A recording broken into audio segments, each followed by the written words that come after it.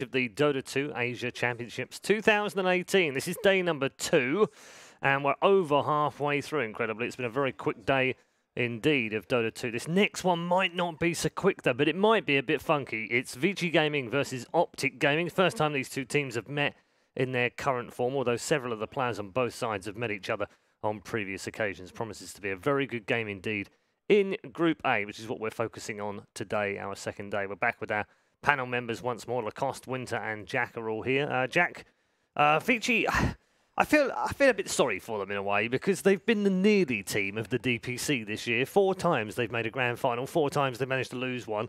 Their sister team, Thunder, have also made two finals, and they've lost them as well. It's like 6 finals for this organisation. They haven't managed to win a single major or minor.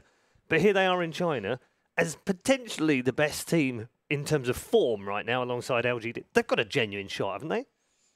Yeah, I mean, well, of course they have a shot. They're supposed to be looked upon as one of the stronger teams of this season. If you look at the roster, the Paparazzi obviously was a big acquisition. Ori was someone else's franchise player that basically gutted the organization they came from. They bought the entire team, Jack. Yeah, when there was long negotiations over the course of like a whole year, very high price. So, and then they bring in these super veteran supports. You have Fenrir, Lanham, both with like captain capabilities. Fenrir especially as well. And then Old 11, who's been just like a great offlaner in this scene for some time. So high expectations. I think the last time they were at a Perfect World event, that was the Perfect World Masters, where they looked really strong too, but I think they lost to Newbie in the finals. Yeah. So they've always just fallen just short of that final step of being able to. And then the captain's draft against Secret, that series where it looked like they'd won, joke was like 4 out of 5 games or something, but they lost the series. Katowice, they look fantastic all the way through until they meet Virtus Pro, which is tough to beat. So what is it? What do you think, Lacoste? Is it mental now? Is it skill? Is it luck? What is it that's stopping them from winning a big title? I think their decision-making sometimes, where to do, when to actually engage into the fight, some Roche. It's really questionable sometimes, but I'm saying that they're going to reach top 3 here. They look really good on the paper, as you already mentioned, all the players, and I'm a big fan of Young 11. I don't like him on Underlord and those like static heroes. He mostly excels on the timings when he hits a Blink Dagger hero. His positioning in team fights is just insane. I love the fact that you said Young 11 as well. Let's stop calling him Old 11. Yeah. He's definitely Young 11. I like that.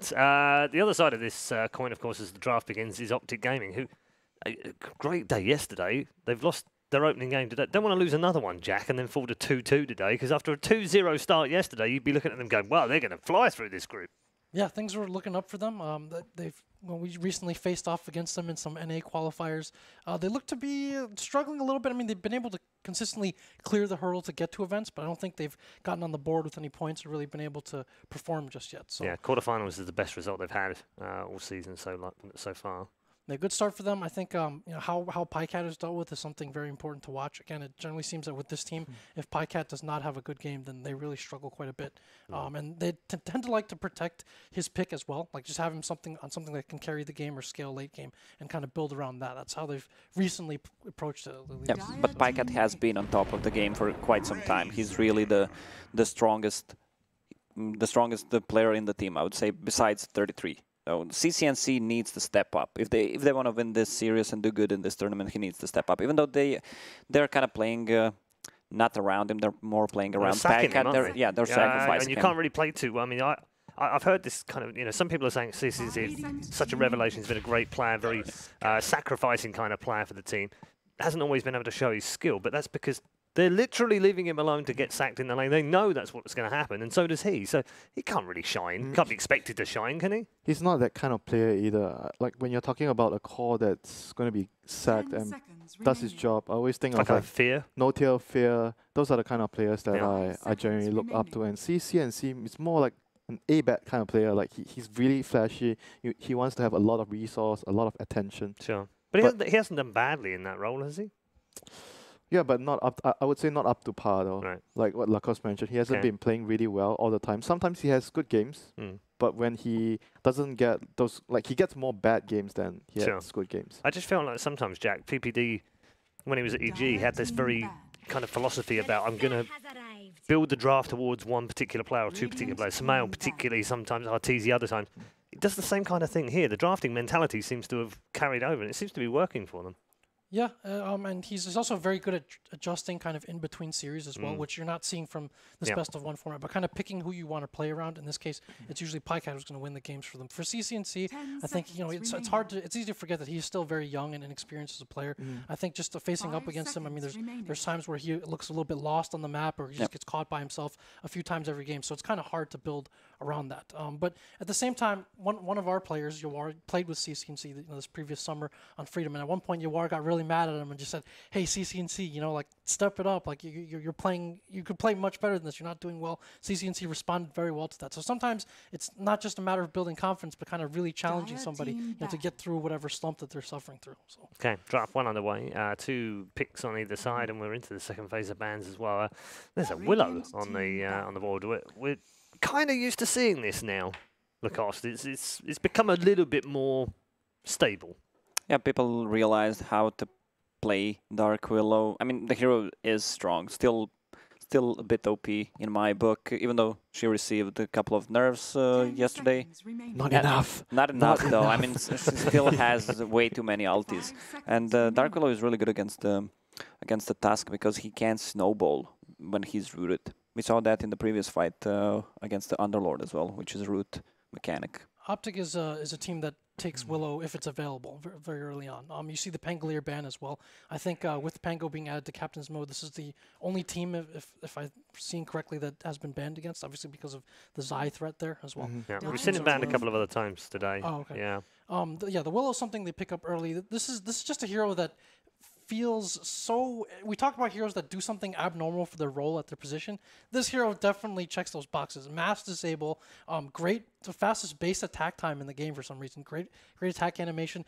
Also just a ton of damage from that support position. There aren't that many 4 or 5 supports that just come up and trade up for a core. If you're out of position or the fight's going on, your BKB's down, the Willow just comes up and you just die. So this hero offers a lot of tools right now, as well as the mass AoE control and the fear, basically, the terrorize from the bushes, just resetting fights. So it's a very high impact hero from that position. Yeah, Lacoste, we're just ticking stuff off then.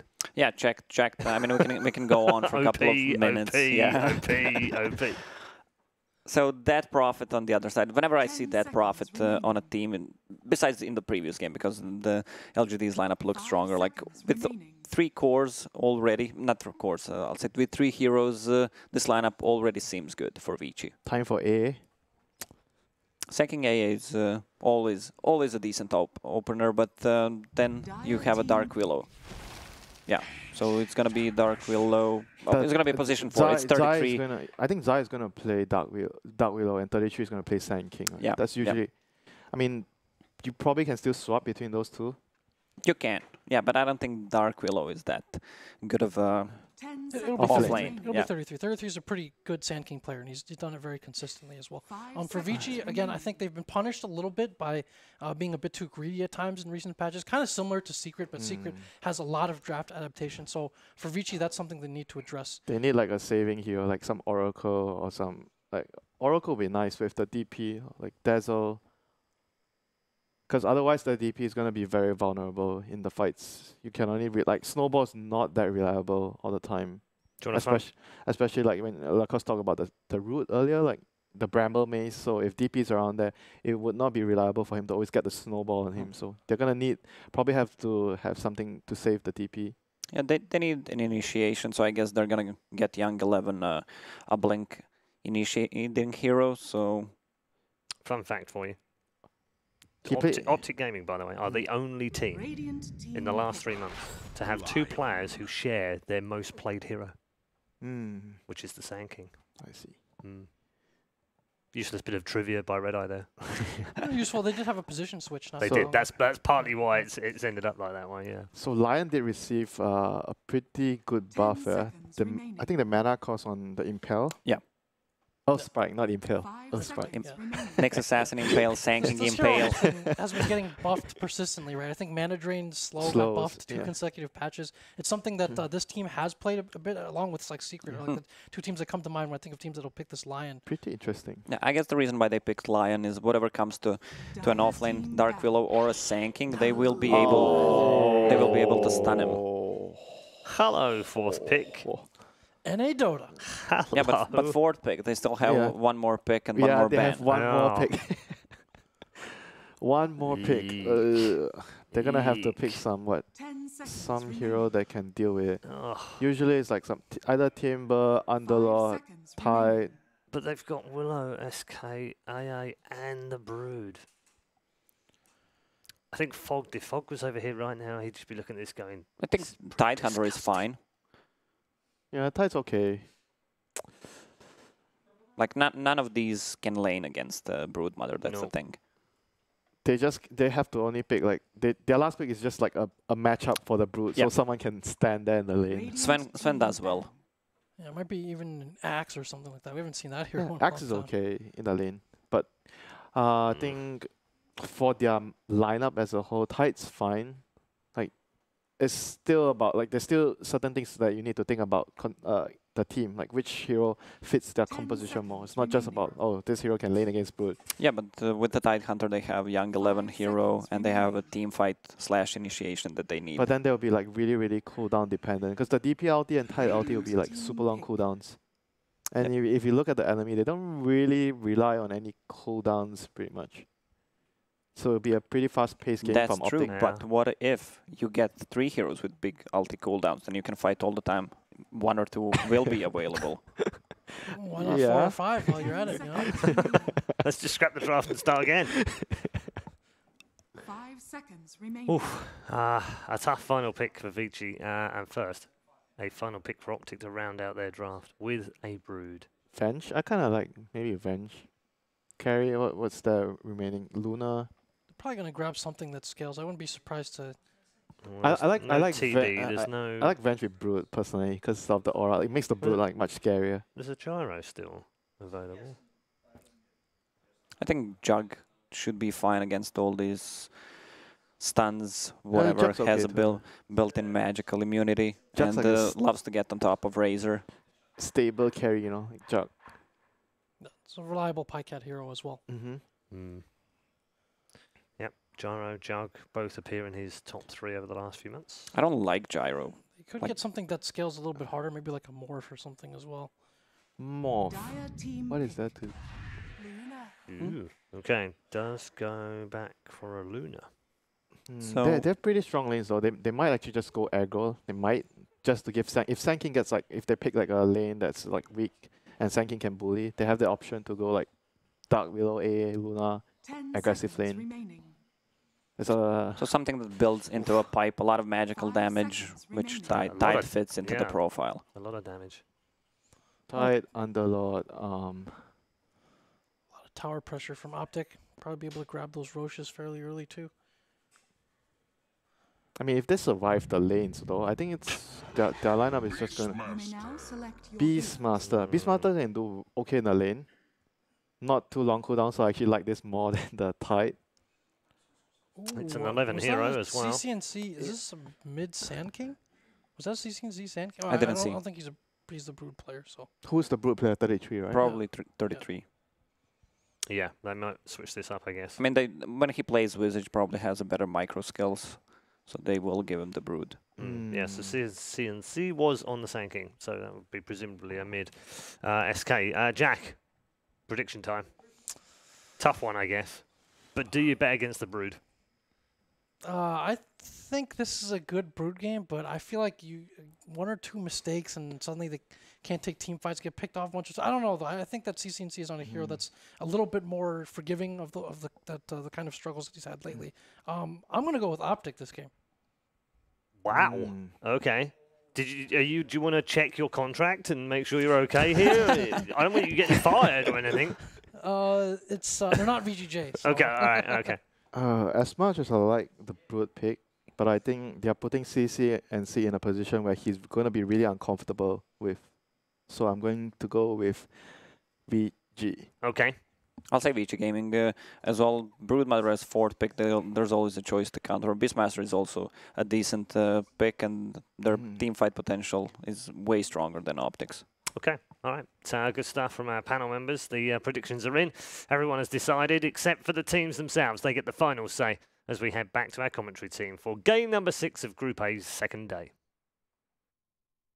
Thank you, Red Eye. Yes, it's Optic Gaming versus Vici Gaming. I'm ODPixel. I'm here with Fogged. And we've just seen the two drafts. And Optic, they've got some pretty nasty stuff here. They've got their Dark Willow. They've got their Brood Mother.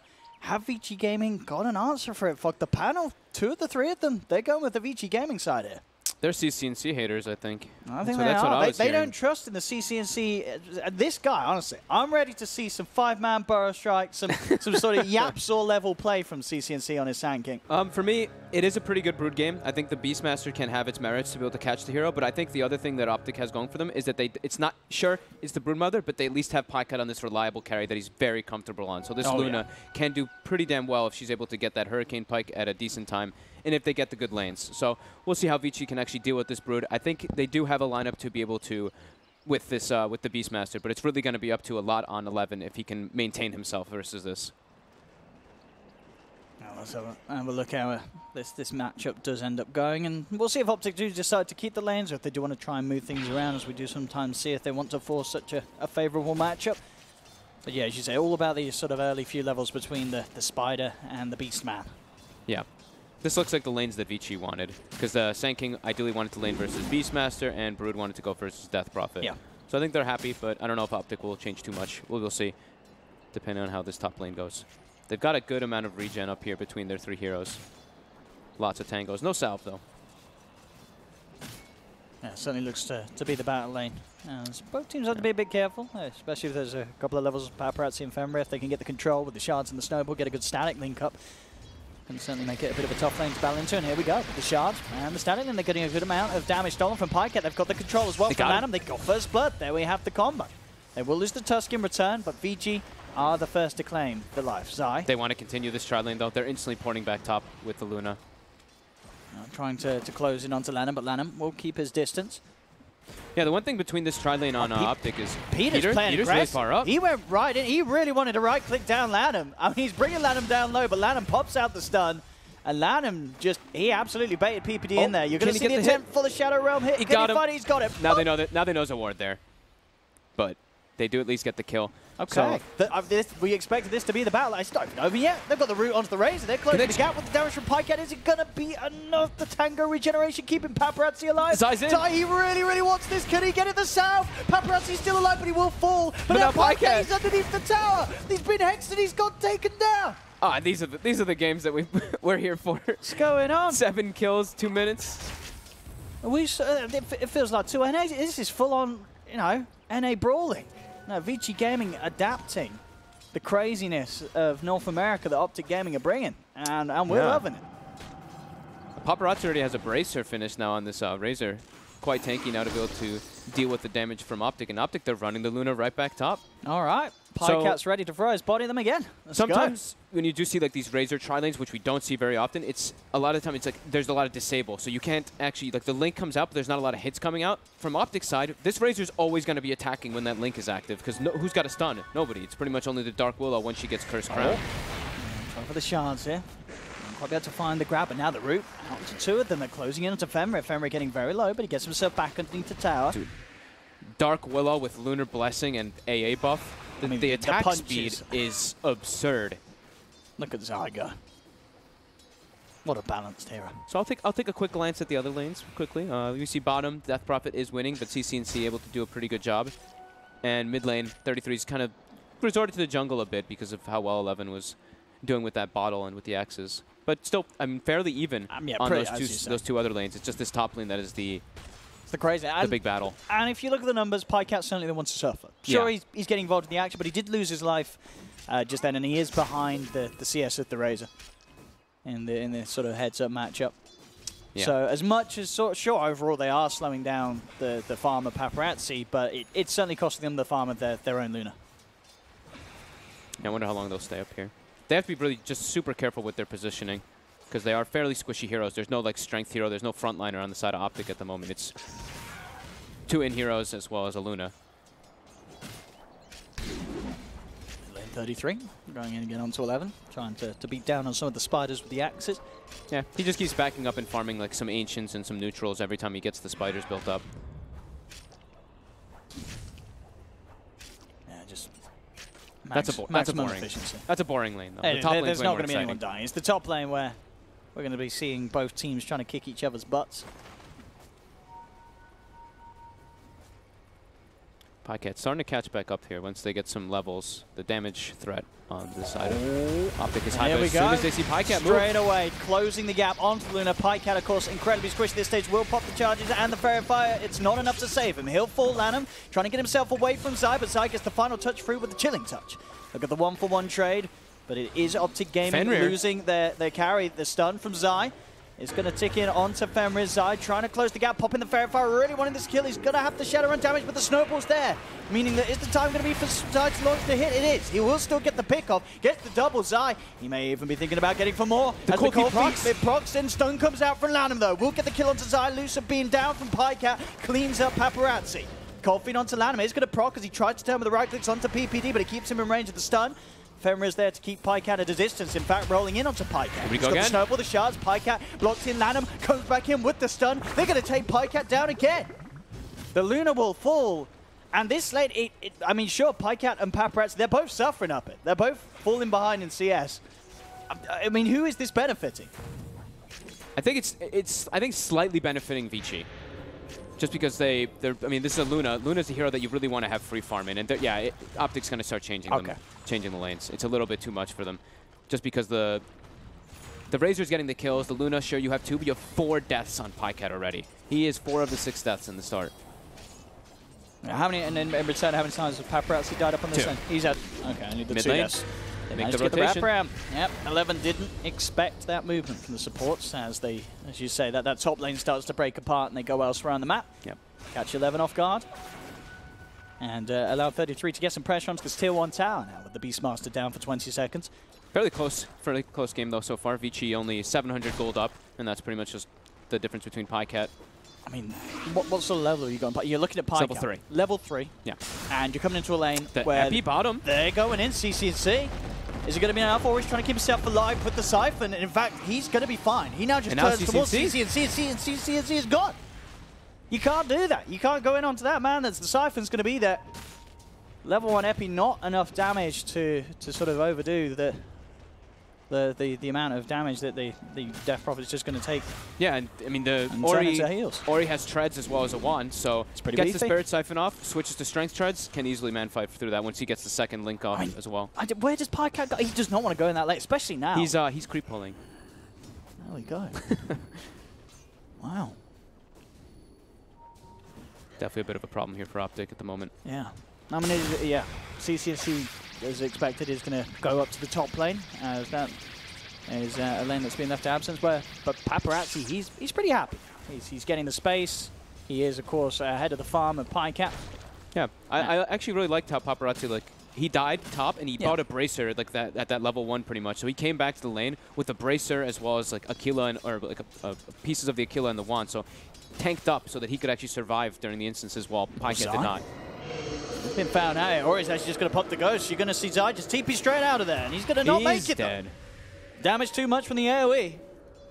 VG Gaming finding the pick off onto the Dark Willow and now ready to get some pressure onto the tier 1 tower. Pycat's down it, but he doesn't really want to show his face because Fenrir will be very quick to roll right in on top of him. And Fenrir is level 5 halfway to 6, and Pycat is level 4.5 just about. So this has become a support Luna a bit because of the way that the tri-lane went. He is very far behind. They have to find a way to catch him back up. Oh, PPD. He's spotting this boy out. He's got his eyes on Lanham. Not much that he can do other than just have a look at him. Just watches his ward get killed by this lion. So support levels, both level 5. The whole tri-lane of Vici is level 5. Or maybe they can get some action here for Pycat, but no. Shard saying, get out of here. Fenrir waltzes his way out. Top lane, CC&C is going in with the Epi. Brazer will be focused. Paparazzi falling low. They'll get the kill. But CC&C may pay with his life as 11 TP's in. Chasing him down with the right click. CC&C's got one more Burrow Strike. Can get his way through the tree line. And will actually get out of there. Bottom lane, Zai being looked towards. Lanham comes in from the side. Perfect stun for the tree line. Locking down Zai. He'll be in trouble as the snowball closes the gap. The punch comes through. They'll claim the kill on the Dark Willow. Pycat just has to immediately TP down. Ooh. The Hex was almost there by Lanham. It looked Lanham. like he nearly had it. Didn't quite expect him to be exactly there as it seemed as Lanham Was unable to get that Hex, but still, he's out of the lane. They're taking the tier 1 tower. Might get hit by an AA blast here. It's flying down. Oh, PPD. He's got it. Oh, bullseye from Peter Pan Dam. And Zai, he's trying to play around with another, but Lanham, he's got the stun. He's got the Hex. Do they have the damage with the Quipsaw on? It's going to be close yet. Zai's already used the Shadow Realm. He's got no way out of this. Zai will fall. Vici Gaming. I mean, this is, a 20 battle kills. game. It really is. All fighting between the two teams. Even though it's only a 1K lead, definitely the biggest difference being the fact that a lot of Optic's net worth, it is all on this Brood. So a lot of weight is now on 33. He's had this lane where he's absolutely got the farm that he would hope for on this hero. He needs to overrun the game. The good thing is he's a Brood mother. That's pretty much what this hero can do. They get ahead at the start, they can go pretty crazy. And we know 33 is a very proficient Brood mother player. Yeah, and so all eyes on him. It's also pretty fortunate that they have like PPD doing so well in this game too, right? Getting that level 6 so early, it was pre-10 minutes, so they did not expect that AA blast to come out. And they do smoke, and I don't believe it was caught by the vision there of that ward, so this is going to be unexpected here from Vici, or for Vici. And Pycat's just kind of on this, he has to try to catch up, so you see the skill build coming out from the Luna, 2-2-1, not going for the full Lucent Beam. I'm going to try and kill off some of the spiders 33 gets a 3-man centaur stomp. He just turns around and kills one of them as they try and go for him, and out with the back of a Zai. 33 can look for more. PPD looking for the perfect angle, and he's found it. Hits onto the Beastmaster, now with the Burrow Strike for CCNC. They're going to be able to chase down a third. Optic turn. The Centaur Conqueror MVP. 3-man stun. 33 is doing big things. There's got to be worrying if you're Vici Gaming. I mean, they sent 3 heroes. They thought that they could maybe clear out the Spiderlings there, as they did go on them.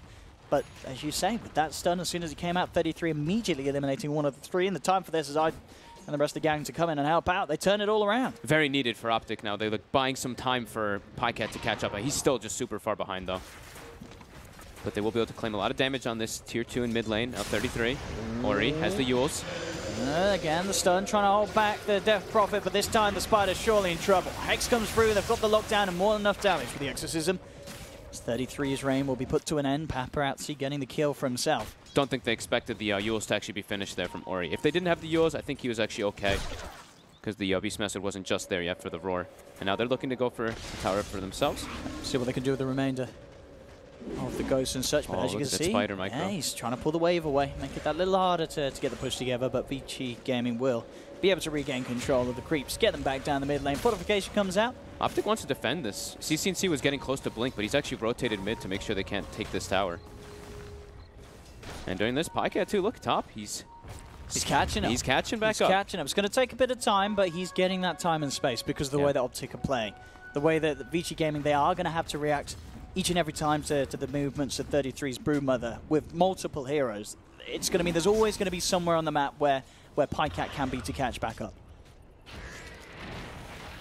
Bottom's doing really well on the Lion too. Vici getting close to Blink Dagger. Smart nice play. Snowball across to the Ancients to make sure that they get the pass by stun onto Zai, cancelling that TP for the Shadow Realm, and with a quick roar from 11, locking him down, making sure there's no escape for the Dark Willow.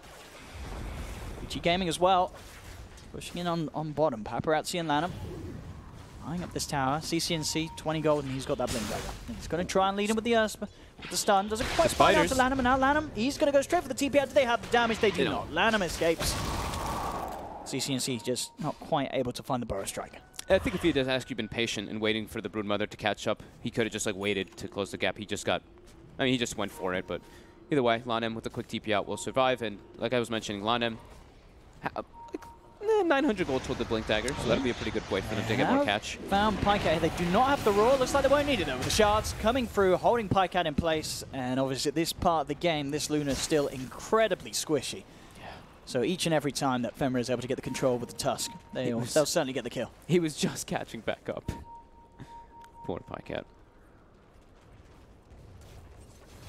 He's not that far behind now. He's still about 1K behind Paparazzi. Yeah, and it's one of the things that's going to take a bit of time. And if they are able to slow down the pace of Vici Gaming, who are running a Razor Death Prophet lineup, if they can just make the game go on, there's absolutely going to be the chance for Luna to catch up. If they can stop Vici Gaming getting objectives, which is what these cores look to most of the time to sort of get the net worth up, Pycat can just keep hitting creeps. He's a Luna. He can go from camp to camp very, very quickly as he builds up his items. And as we said, there's always going to be space with the amount of pressure that the rest of PyCat's lineup is putting elsewhere on the map. And they're getting towers too, so it gets him that little bit of gold. Just little things for this. Luna will catch her back up. The Mask of Madness is going to be done for PyCat, so that'll enable him a bit more. Vici. Yeah, at this rate, we can certainly expect to see PyCat in 5 minutes or so be back towards the top. I think Vici, they could wait for this level 2 ulti on the Death Prophet with that Exorcism, and they could actually look for a fight into a Roshan. They get a Beastmaster Roar, they get a pick-off. They've got more than the means to be able to take that Rosh. They have Solar Crest finished on Ori too. Jump in, here we go with the Burrow Strike. There's going to be the Snowball helping them, keeping them alive in terms of saving them from the AA Blast 11, trying to get himself back up to the high ground. The Spiders are chasing him. Is it enough damage? It's going to be close. 11 turns with the axes. He'll be able to kill off the Broodlings, 28. Keep himself alive. And now with the turnaround, Ori's going to be actually able to pick up CC&C. The jump there from OG getting punished. As Vici Gaming strike back hard. Ori seeing if he can catch down anything further. Does have the Yule Scepter onto 33. Do they have the control? Lanham's coming in. They have the silence, but with the Spiders wed down, 33 has enough movement speed to keep his distance. And Vici playing very quickly now, moving down toward bottom. They're looking for Zai. Instant CP out. No way to stop it this time. No creeps in the area to snowball on top of.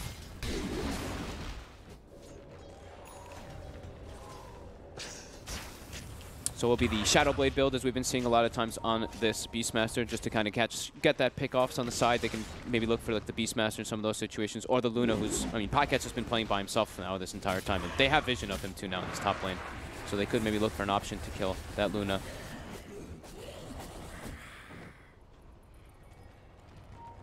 Smoke goes out. What are they going to look for? Vici. Like we're mentioning, they have that ward top. That is going to be... Or do they want to make the play? I think they also want to just protect Paparazzi a little bit too, because Paparazzi on the Razor is getting closer to that BKB, which he really does need in this game to be able to run into Optic's lineup. There is a lot of magic damage. The Eclipse, the Sanking with that quick Burrow Epi, and the AA. They will be able to find Zai. They've found him. They've caught him out. They've locked him down. Super close game though. The net worth has been pretty much within 1,000. Maybe not in like the 9-minute mark, but pretty much within 1,000 the whole time. Experience, though, going in favor of Vici about 4K. I think that's like the Beastmaster's experience gain talent, and him having 155 last hits, farming a lot, kind of makes a lot of that difference. Well, we'll be able to claim the top tier 1 tower, Vici Gaming. But the space certainly continues to be there for PyCat. It really is a game where things have slowed down a little bit for Vici Gaming. Despite sort of matching the chaos that Optic were bringing up top at the beginning. The Razor DP, they've sort of been slowed down with the way that 33 has just been shoving in sort of the mid lane constantly. Consistently bringing the attention back towards that mid lane. I think Optic needs another person pushing out the side lanes. Zai looking for Paparazzi here. They get the follow-up stun. With the Bedlam and the Burrow Strike, it's going to be a lot of damage onto Paparazzi. Lucid Beam comes through as PyCat ready to join it all. They're looking for him. Paparazzi's hiding. They should be able to find him. Surely he can't juke his way out of this one. No, they've got him. Same time in mid lane though, 33 comes in a little too close to the base. They get the control, the Blink Dagger on Lanham, catching him off guard. Of course, a crucial item in sort of making that Spider's life hell. So they now with that Blink, they have got a very, very good opening onto the Spider. Not just from Lanham, of course, but with the Roar as well. Multiple ways of just locking down that Spider from a distance. The Shadow Blade finished on the Beastmaster too, so they can always kind of stalk 33 on that Brood. Yeah, his life becomes a lot harder now. Who's gone for a full pipe, by the way, on the Broodmother. Just gone for a bunch of small items, just be able to keep the pressure on and make space for this Luna is what that tells me. They're really relying on PyCat just to get enormous in this game and be able to actually carry. Well, why do you think the pipe out of it? The pipe seems a bit of a weird one, doesn't it? Because when you look at VG Games lineup, do you necessarily think we need a pipe? I think it's just he wants to be playing a little bit more of utility role and having this Luna be the carry. Okay. So do you think we'll just see him considered to continue to buy other auras? I mean, he's queued up Hex. Okay, as his next item, so that is just pure utility right there. Yeah. And all of his items too, like he's got Drum, he's got Dominator, like everything coming out there is just all about giving PyCat the space to be that true carry. But they are starting to fall behind. CC&C hasn't really been farming on the map at all as the Sanking. He's just looking for plays. So they're not really showing too many heroes in the lanes. It's pretty much just been 33 as this Brood. That's why you see him getting picked off, because PyCat, I think he's been farming neutrals for the majority of this game, trying to catch back up. And that's actually, looking at the KDAs, it's not Poor old Cici. He's not actually been involved in that much, has he? 2-2-1, yeah. So being involved in 3 of the 13 kills. I guess that is because, to be fair, it was on the top top side. lane. It was the top lane where we saw a lot of smoke on smoke. Let's see what he can do here. They are going to pop the dust. CCNC looks for the jump forward. Will be able to find the Burrow Strike, going for the epicenter as well. But there's the stun for the high ground. Lanham gets it off. The snowball as well, buying some time, but it's not enough. They'll lose the Beastmaster here, Vici Gaming, if they root 3. The chase down for 33 as they focus for more, terrorizing and pushing them back with the Zai Dark Willow. They're going to get all 5 of them. Optic clean up as they come in from the high ground and perfectly pick them off there one by one. Vici Gaming looked like they just didn't have a single chance to press any of the buttons. I mean, Death Prophet popped Exorcism, but they just died. There was too many units, too much of the overwhelming from Optic having that high ground advantage at the start. And now free Roshan. Nothing that can be done here from Vici Gaming. This is going to be a considerable lead that Optic are now able to build up. That was everything they needed. I mean, a 5-0 wipe at this point. Now look at Pycat. He is actually going to pass the Death Prophet in lead if he gets the last. I mean, this is what we said. It was what, 40 minutes in. We said 5 minutes time, you're going to see him up towards the top. And there he is. You know, Pycat makes the recovery. As sort of said in the panel, you know, Lacoste mentioned how much of a stable, sort of strong point of the team Pycat has been, and we're seeing it with this Luna performance. Gets knocked down at the beginning, but makes the recovery. This play by CCNC is getting the Beastmaster. Sure, you see the snowball come out, but the importance of not letting the Beast get the roar, that completely throws off all the initiation. And look and at then the spiders, the overwhelming spiders is just way too much. You see Ori gets locked down by the cold feet as well, and then again, CCNC comes in clutch with a 2-man stun. So Vici, they really need the fight to start pretty much with the Beastmaster or the Lion getting initiation, not getting initiated on. And it really is, it just looks ridiculous how much sort of crowd control you have between the Sand King and the Dark Willow. Between Terrorize, Burrow Strikes, Roots and everything. Yeah. How do you sort of run around the fight as Vici Gaming? You just get entirely controlled. And there's a lot of magic damage too. And I think the big thing too coming in there is that Paparazzi did not have the BKB. He still doesn't. He's still a bit behind on that. And he was pretty close to it. So that's really going to set Vici back for the next few moments now. 3K gold lead, as well as an experience lead for Optic. Vici now, they're looking to group up. I'm going to take this tier 2, and it looks like Optic will not respond to this one, so it'll be a free tower. In fact, Optic themselves getting a little bit close to the base up top. They push in both the top and the middle lane. Just making sure that they have the majority of the lanes pushed in comparison to Vici Gaming. A big army of spiders out at the moment for 33. As CCNC, I mean, the whole team, they do have their big ultimates up once again if they want to find some action. All right, now Vici, they don't want to take a head-on fight versus this Aegis Luna. And Pycat now has queued up a Lincoln's, so be able to block that roar. Okay. That initiation coming out from Vici. Might be thwarted a bit. Yeah. They really need their BKBs on Vici, though. We were mentioning how overwhelming the magic damage team fight from Optic is. So once they get those two out, they will be in a more comfortable position to try to take these fights. I mean, as we can see there, no surprise really with the Death Prophet ult, sorry, having the lead with hero damage. But the way we saw that last fight go, I would not be surprised if we see 33 catch up, as him and the Spiders have really been ripping people apart. Especially the poor old Lion, Yeah. If those Spiders get on top of him, he has not got a chance in the world. Ooh, lots of money for Paparazzi. But 33's been doing a really good job of, like, he keeps forcing in the lanes. It's not like he's just farming like Ancients in jungle. He's literally making sure that this mid lane is constantly pushed in so that they can be able to take fights on their own accord. And I think it's very sort of promising for Optic that we're seeing them again succeed with this switch up in play where they do say 33, we're going to pick this sort of, well, it's the micro heroes basically, the Brood Mothers, the Visages, they put him in the mid, they slide CNC off to a side lane. And hey, it's once again, it's proving to work out. Lanham will try and lead in with the stun, but immediately the root comes through, terrorize onto both of them, and people give the Ice Blast, connects and blows up straight away the Tusk. They've found Lanham as well. That's going to be both the supports gone. Paparazzi TP's in, pops the BKB, but he just gets ripped apart. That was not the place to TP into, sir. And now Ori. He's dead as well. That was just full-on feed there from Vici Gaming. That was not the place to turn up. You see your supports die. I mean, 11's trying for the split push, but look at the pushing power of Optic. They're going to take the tier 3. They're looking onto the racks. I mean, Ori, he's brought back, but he's already lost the full set of racks, and he's got to keep his distance. And they're going for more here. They still have the Aegis as well. And top lane, CC, he nearly solo kills 11. He actually does. The Caustic. This last minute, it just completely fell apart. They completely fell apart. They even got the BKB right on the Razor, and he TP'd in and just died. They're going to go for more. They're not leaving the base here, Optic. They're probably laughing their way to victory here, Optic, after that. They say, we've done it, guys. We've just broken through 2 sets of racks. Lanham's going to come forward, tries for the Hex. He's going to step himself backwards to the Spider, focusing Ori.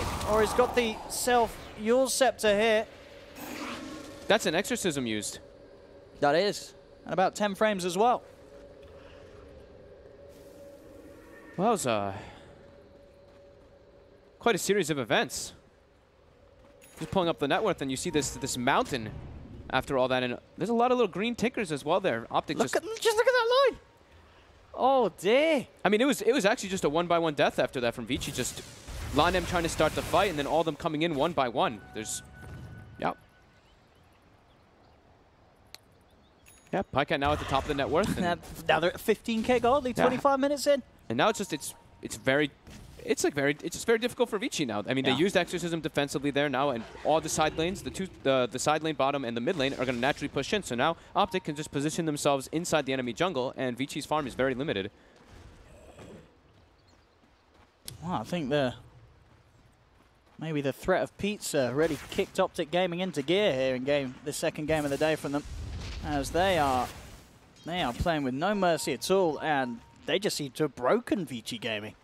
And then that bottom push, as it was huge misplay from Vici Gaming coming in. I mean, it was so 1-by-1. even until that point, pretty much too. It's like the bottom smoke fight, you could understand like that was just Optic in a good position, but in the initial one, but then the secondary one was actually just Vici just running in and dying. Now Optic looking to get a pick off to be able to close this one out. Oh, jump forward straight away, and Paparazzi pops the BKB, but he's got to back off. He's actually going to go for the TP straight back to base, as he'll be fine. He's okay. He tread swapped for a second. Oh, you don't want to do that. He switched to Agi treads when he was on strength initially. That scared me. He was still affected by the BKB, but he was getting very close to popping there. So Hex now finished on 33. They've got the Lincolns already finished on Pycat. He's going for his BKB next, and they've got a lot of defensive items now too to save from that roar. 4 staff on PPD, 4 staff on Zai. See what they can find here. Vici Gaming, they're 2 sets of racks down. How can they hold? They've got the upgraded Necro book on 11. They can do good damage if they get a lockdown onto one of the core targets, but again, the Spiders, they're up onto the tier 3 tower here, pushing forward. Ooh. They will get cleaned out by the shards. Cash money. Nice bit of money there for, I believe, 11 as he picks up the Spiders. Optic's they're playing it just very, like, no risk taking here at this point, right? Absolutely no reason after all that happens. At least, of course, waiting for the BKB on Pycat, which they do have on its way out now. Roche can be spawning in 50 seconds, so if they want to be really patient, but they are in a extremely comfortable position around Vici. They're actually going to smoke out and try to take a fight, and they're going to look to take a fight 300 gold short of a BKB on Death Prophet. Oh, that's a bold play, Watson. Let's see if it pays off. As they lead the charge. They don't have Paparazzi with them either. 33 though. They will walk into him. They've got eyes on him. Can they really burst him down? They're going to try and open up with the Hex. On the sideline though, CCC jumps forward straight away with the Burrow Strike onto the Beastmaster 11, gets the Primal out, but he loses his life. The Hex comes Beastmaster's down. They've got the Terrorize set in the back as well. Pycat gets the double kill. Chasing down. It's got to be GG. Vici Gaming need to go back to the drawing board and just sort themselves out, as they got shook the heck up there by Optic Gaming, as Optic Gaming they just crushed them in the last 7 minutes. It was all Optic Gaming to the end. It was like they had so much like Vici in the coordination and then the laning phase and everything was great, and then mid game and later stages hit and they just completely fell apart. There's not much else to say. Like Optic, sure, they had like some great movements around, but that 1v1, that 1-by-1 TP death just sealed the deal for them. It really did. It's definitely some sort of questionable play there from Vici Gaming and Optic Gaming. They're a team that they're going to punish any sort of opportunity that you get them. They absolutely did. They crushed it from that point. They were just making sure there was no chance for Vici Gaming to get themselves back in that game. But there we have it, ladies and gentlemen, as Optic Gaming take the victory and a very, very sped up end to the game. Indeed they do, and they become the second team in Group A to go to 3-1 after a Brood victory. Never bet against the Brood. That's what they always told me in the early days of Dota 2. Never changes, does it? But they weren't always in control of this game, Lacoste, were they? This could have gone the other way if Vici just hadn't had a couple of bad misplays. Yeah, I mentioned before the game started that their weakness is decision making. This game is on Lion. Like, he goes in, buys a Shadow Blade. They already have one Shadow Blade, so they're gonna have a lot of dust. Goes in, his team is not there, and then the feed starts to follow. Like, you want to make something happen, and then everyone dies. Against the Luna, you just lost all the Raxes, and they couldn't come back from that. Also, got to give credit to 33. That guy is just insanely good.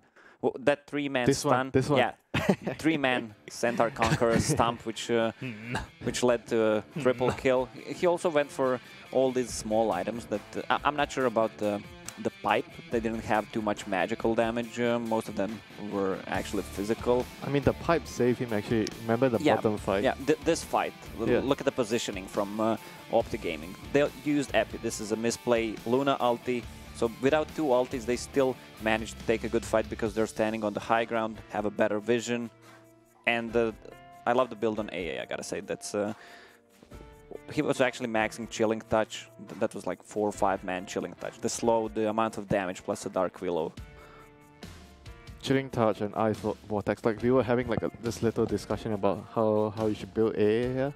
And that build was really the reason why. Like, that fight alone, like how much damage did a position 5 support did just by buffing his team? No, this is just chain feed, and the game is pretty much over here. I gotta say that Optic should not lose the top lane, in my opinion. They have Dark Willow with that Shadow Realm extra damage. Then you have extra damage from Luna and from Chilling Touch. But it's like about positioning in the lane though, because they are up against like a Tusk and a Razor, like a good shot with a static lane going on, 200 heroes.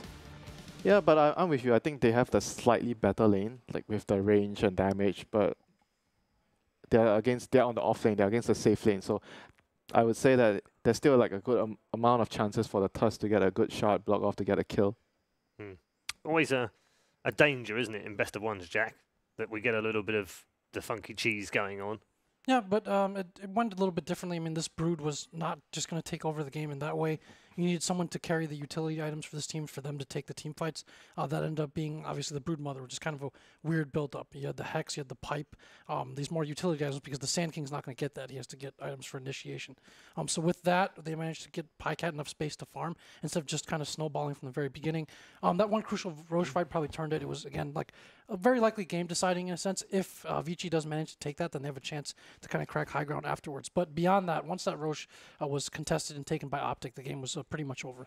You have Luna that can kind of 1v5 at that point. And VG is they've had some persistent problems. At times they've been too greedy. They're kind of built around the individual tempo of these players, very highly ranked ladder players. That's kind of the team construction philosophy for them. But it hasn't worked out that well lately. And there is a possibility of changes as well, but they face a difficult decision that I think some teams around this time have to think about. If you're going to make a roster change at this point, then you're going to have to go through open qualifiers. And for a team like Vici, they aren't quite, they're up there in the DPC for their region, but they're not secured anything. But going through open qualifiers in a region as stacked as China is, as deep as China is, that's not an easy surely too risky. Yeah, but for them, it's like, if we cannot win TI with this roster, it doesn't, like, why would you care about getting the invite? If you go there, then what? That's all the way to think about it. If you can't get out of opens, then maybe you weren't going to go anywhere. I mean, the consideration most players have told me is that we just want to get to TI to start with, and then if we can get there, then we'll figure out how we do and what we do and how we play and everything. Is that not an option for a team like Vici? Haven't they got 5-star players in this team? I think if you have like a roster like this, you're thinking about whether we can win TI. It's not just about we just want to get there, you know. Yeah. But it's an investment. There's a lot of investment in this team as well. You don't want to just go there and crap, we're not going to do so well. Sure. You know, you want to go there, we have a decent shot at winning the tournament. But let's not get carried away, guys, because they're only 1 and 2 in the group stages. They could still make it through, and we could be talking 7 days from now about winning a title. This game is like a really, really bad kind of loss because it affects the morale. And the few situations where Jack and Lacoste brought up, they were all smokes that was started by VG. VG started the smoke, but the movements, all 3 of the situations, they started the smoke or they started the fight, and all ended up in team wipes for Optic winning all of them. Yep. So this is like a really bad sign. When you lose like this, there's going to be fights within the game itself. I think within that game, after the first 2 botch fights, there's definitely some unhappiness, or like you can tell from the way they are playing, they're really split up. Yeah, but again, definitely positive stuff for Optic, though. Yeah, we go back again to decision making of Vici Gaming. That first team wipe, they didn't go around. They decided to climb the high ground. They could have go around and catch the Optic Gaming, which would end up in totally different scenario. Okay, I think. we're going to go to a break in a minute, but I just want to talk about the MVP. Is it 33? Yes. Unanimous decision. Jack. It's kind Come of on, Jack. Don't be that guy. Come on, Jack. No, weird. We don't care. In fact, we don't care. 33 is the MVP. Jack is going to say C, C, and C. Huh? Sure. I mean, yeah, he did his job. Not the kind of snowballing brood. I think the best thing that he did was probably just the itemization in this game, which can be surprisingly hard to coordinate even on good teams. Where it's like he filled this need for his team instead of being a a snowball kind of. You see the Deso kind of carry build, and we're just going around just killing people. That is not what he needed to do this game. So. He did his job. Beastmaster held him back for quite a while, but ultimately he got to the utility items that they needed to win the fights. Yep. And I'm just hearing, Jack, apparently you're not fired, so you don't need to have Paparazzi voted as MVP. That's not something you need to do. You're fine, you're safe. We are headed towards another break. We do have 2 more matches to come, though. The next one is Newbie versus TNC. Now, this one's big for a number of different reasons. Newbie are currently 0-3. If they go 0-4, they might as well forget about turning up on day 3. TNC, by the other hand, are at the top end of the table. They're currently at 2-1. That match is coming up next.